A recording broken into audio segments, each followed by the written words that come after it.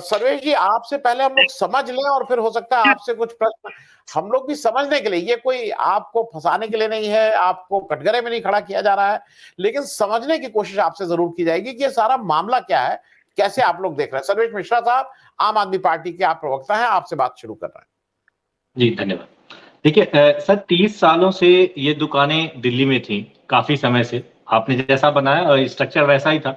सरकारी में भी 3 अलग अलग विभाग बटे हुए थे और उसके अलावा प्राइवेट दुकानें थी।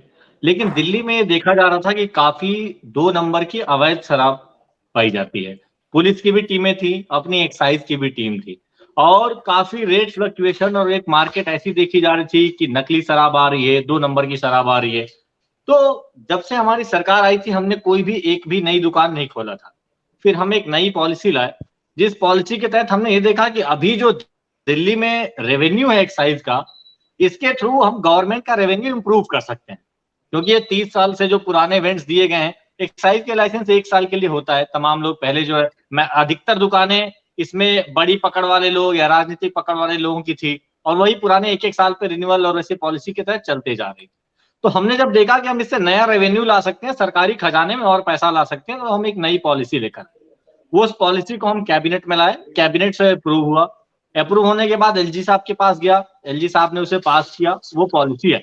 उस पॉलिसी में बीच में कुछ चेंजेस आ गए कि जब हमने कैबिनेट ने पॉलिसी कुछ और पास किया, एलजी साहब ने कुछ और पास किया।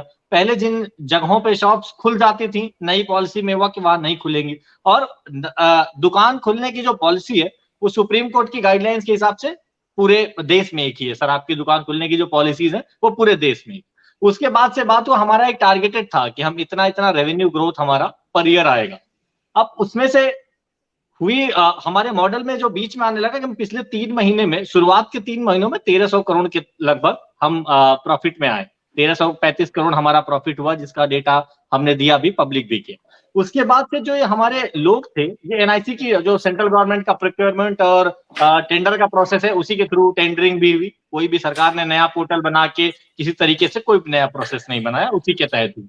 अब जब वहां से प्रोसेस हुआ तो इनकी दुकानें खुलने में बहुत ढेर सारी समस्याएं आई। जिन व्यापारियों को ढेर सारी समस्याएं आई, उनको राजनीतिक धमकियां मिलने लगी, उनको अलग अलग जांचें खुलने लगी, उनकी की फाइलें खुलने लगी और पूरे विरोध का एक दौर शुरू हो गया कि ये सरकारी हमारा खजाना बढ़ा। हमने सीधा डिक्लेयर किया कि हम इस तरीके से। अब जब उनकी दुकानें खुलने लगी तो कई लोगों ने 6 महीने और साल भर में ही पहला सरेंडर, दूसरा सरेंडर लोगों ने करना शुरू कर दिया। अब उसको आते आते एक अंत के दौर में एक ऐसा समय आया कि जब और भी खबरें तेज हो गई कि राजनीतिक विरोध और अलग अलग अधिकारियों को ट्रांसफर करना, और नए एलजी साहब आए, नए एलजी साहब ने और भी ज्यादा अफरा तफरी मच गई। अफरा तफरी में क्या हुआ कि ढेर सारे जोन लोगों ने सरेंडर कर दिया कि हम रिन्यूअल नहीं कराएंगे। दिल्ली में एक ऐसी व्यवस्था बन गई है जिसमें समझ नहीं आ रहा कि काम कैसे करें। अब हमने ये सोचा कि पहले ही दुकानें, हम 850 दुकानों की बात हुई थी नई पॉलिसी में, 250 एलजी साहब के नए परिवर्तन की वजह से कम हो गई। उन्होंने कहा नहीं खुलेंगी। पहले जिस डीडीए का और उनका रोल नहीं होता था, उनका रोल इन्वॉल्व कर लिया गया। उसकी वजह से हुआ कि ये 250 नहीं खुलेंगी, 650 पे आ गए। 650 के बाद लोगों ने सरेंडर कर दिया, अब हम 400 पे आ गए। तो 850 से हम 400 पे। और दूसरी तरफ क्या है कि देश में एक बहुत बड़ा दल जो सुबह से शाम तक लेके झूठ बोलता है, तो पूरे दिल्ली में उसने झूठ फैलाया, जबकि वास्तु स्थिति थी। डिपार्टमेंट अपने क्लैरिफिकेशन दे रहा है कि हमने 850 का टारगेट लिया था कि हम 850 शॉप्स करेंगे, जो पहले 870 874 समथिंग था। उसमें कुछ दुकानें बीच में बंद होती खुलती रहती थी। तो ये था कि हम 850 शॉप्स ओपन करेंगे। 850 शॉप तो 500 के आसपास थे। वो 500 उत्तर प्रदेश में, तो अलीगढ़ और तमाम ऐसे जिले हैं जहां पे 500 से ज्यादा शराब की दुकानें होती हैं। तो ये एक वैसी व्यवस्था बन गई कि जहां कारोबारियों ने छोड़ दिया। फिर हमने इस पॉलिसी को रोल बैक किया।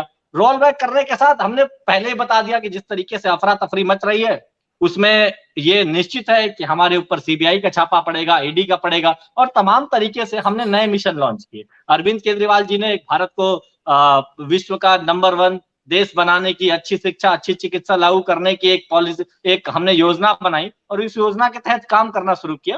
तो ये ट्रेंड कुछ समय से, कुछ महीनों से देखा भी जा रहा था कि भारत सरकार है, जो केंद्र सरकार है, वो जिसके गले में भी बीजेपी का पटका दिख जाए उस पर तो कोई कार्रवाई नहीं करेगी, उसके घर एक पुलिस तक नहीं भेजेगी। पर जिसके गले में बीजेपी का पटका नहीं हो, चाहे वो कोई भी हो, देश की कोई बड़ी पार्टी हो या छोटी पार्टी हो, उस पर लगातार छापे, कभी ईडी भेज देना, कभी सीबीआई भेज देना, कभी इनकम टैक्स भेज देना। तो उसने लगातार ये कार्रवाई शुरू कर दी। हमारे यहाँ सीबीआई आई, हमने उसका स्वागत किया। हमने कहा पहले भी 70 में से 50 के तकरीबन विधायकों पे पहले भी हमारी जांचें बैठ चुकी हैं, मुख्यमंत्री के घर में पुलिस आ चुकी है, उप मुख्यमंत्री की आ चुकी है। तो हमने तो कहा सीबीआई आई है, आप जांच करिए, जो आपको स्पष्ट करना है वो स्पष्ट करिए। कल के दिन ऐसा हुआ कि न्यूयॉर्क टाइम्स, जो दुनिया का एक बड़ा अखबार है, उसने खुद दिल्ली की शिक्षा व्यवस्था के बारे में माननीय उप मुख्यमंत्री शिक्षा मंत्री मनीष सिसोदिया जी के बारे में लिखा। उसकी चर्चा होनी शुरू हुई। कल जैसे ही चर्चा हुई, कल से लेकर आज तक तमाम बड़े बड़े लोग ट्वीट कर रहे थे कि उन्हें अच्छा लगा। अमेरिका के बड़े बड़े उद्योगपतियों ने कहा कि अच्छा लगा कि दिल्ली में एक सरकार ने ऐसा काम किया। सुबह उठे तो सीबीआई ने कहा गुड मॉर्निंग, हम आ गए। बस यही खेल है सर।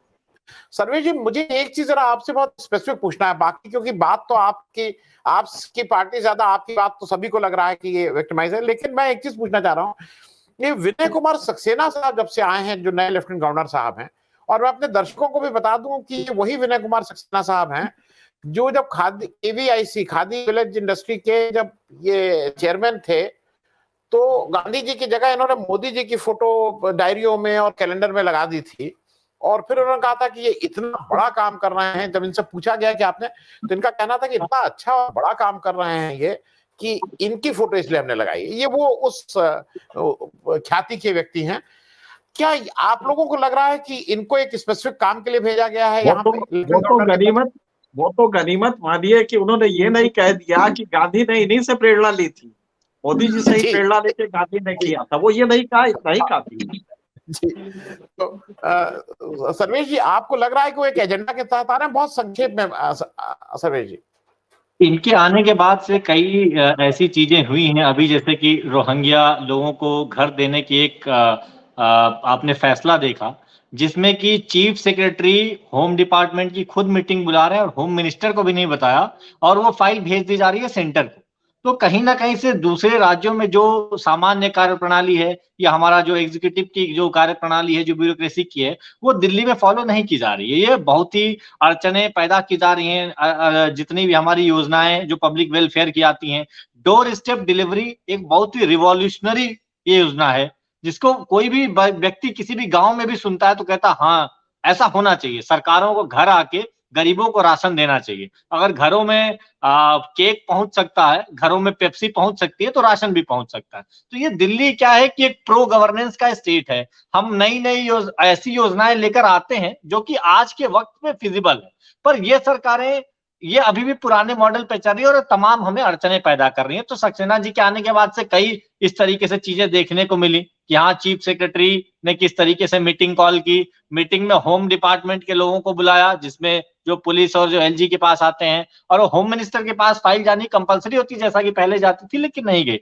तो कहीं ना कहीं से ये देखने को निश्चित तौर पर मिल रहा है। लेकिन फिर भी आम आदमी पार्टी का एक अपना स्टैंड है कि हम लोग एक ऐसा मिशन लेके चल रहे हैं कि जिसमें हम सोशल सिक्योरिटी के उन मॉडल्स को, जैसे दूसरे दुनिया के दूसरे देश देते आए हैं, हम दिल्ली में भी लोगों की मूलभूत आवश्यकताओं को पूरा करने का काम कर रहे हैं, जिनसे कि लोगों की आय बढ़ सके। दिल्ली सरकार के पास अपनी शक्तियां काफी निहित हैं, कई क्षेत्रों में अपनी शक्तियां नहीं है। यहाँ पे जैसा कि मैंने आपसे बताया है कि एक बड़ा कानून हमने इसका बनाया, उस कानून में किस तरीके से बदलाव कर दिया गया बिना कैबिनेट को बताए हुए, और कैबिनेट अप्रूवल के बाद ही पॉलिसी बनती है। कोई मिनिस्टर अकेले पॉलिसी नहीं बनाता है, ये पूरी तरीके से स्पष्ट है। जैसा आपने एक बहुत चर्चित मामला जो यूपी में IT पार्क का जो चला था मायावती सरकार के दौर में, उसको भी देखा होगा। तो ये सब अलग घटनाएं हैं, लेकिन ये स्पष्ट रूप से है कि जो अभी हो रहा है वो पूर्ण रूप से राजनीतिक है, और ये पूरे देश में इस तरीके की कार्रवाई हो रही है। आज भी जिस बड़े स्तर पे कार्रवाई की गई, मैंने कहा गुजरात में भी 75 लोग जहरीली शराब से मर गए, जो 2 महीने से चिट्ठी लिखी जा रही थी कि यहाँ जहरीली शराब बन रही है, उस पर कोई कार्रवाई नहीं हुई। अलीगढ़ में, दिल्ली में जितने ठेके, मैंने आपको बताया दिल्ली के दुकानों से ज्यादा अलीगढ़ के एक जिले में शराब की दुकानें हैं। 2020 में कोरोना के उस दौर में 134-135 लोग जहरीली शराब पीने से मर गए। सरकार ने कमेटी गठित की और 524 में से 300 शराब की दुकानों पर जहरीली शराब बिकती हुई पकड़ी गई, रिपोर्ट आई, लेकिन कोई CBI ED का छापा नहीं पड़ा। उसमें साफ साफ स्पष्ट आया कि इन नेताओं के दुकानें हैं, अलग अलग लोगों ने अलग अलग डमी लोग बना के उनके नाम से टेंडर्स लिए हैं, कहीं से कुछ तरीके से नहीं। तो ये पूर्ण रूप से देखने को आ रहा है कि ये राजनीति में केंद्रीय एजेंसियों का एक दुरुपयोग है पूरी तरीके से। लेकिन हमने इस जांच का स्वागत किया है, क्योंकि हमें इसमें फंसना नहीं, हमें अपने मुद्दों पे टिके रहना।